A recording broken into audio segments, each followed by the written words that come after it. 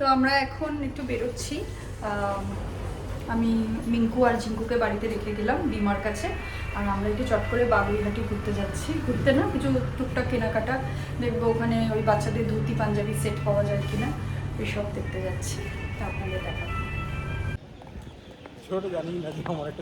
আমরা আজকে গাড়ি করে বেরোইনি, টোটো আর অটো করে যাবো, কারণ আজকে ঈদের ছুটির দিন, তাই জন্য এটা হচ্ছে টোটোয় চলেছি।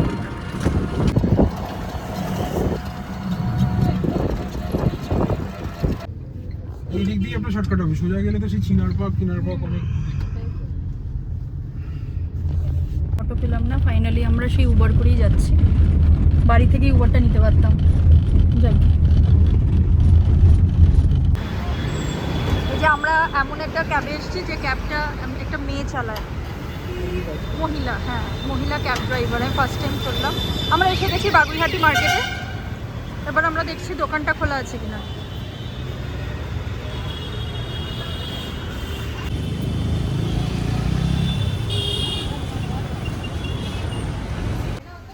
এই তো পাঞ্জাবি প্যালেস।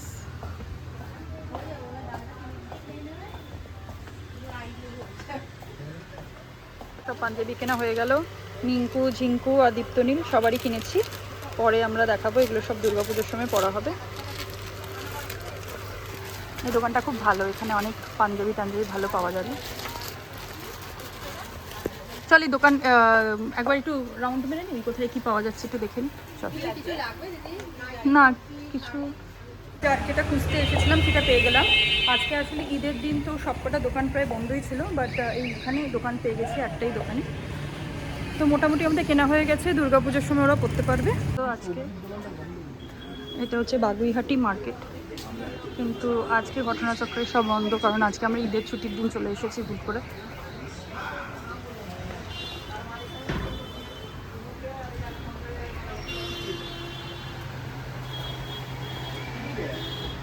এই যে আমরা এখানে সবজি কিনছি।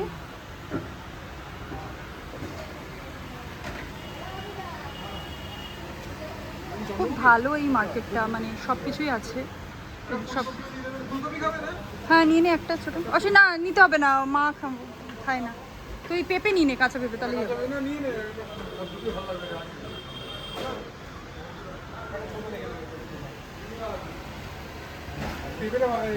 সমস্ত শপিং হয়ে গেল। আমরা প্রচুর শপিং করেছি, মানে ভেজিটেবল শপিং, জামা কাপড়, খাবার দাবার।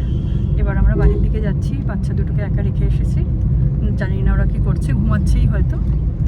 তো আজকে এই পর্যন্তই, টাটা।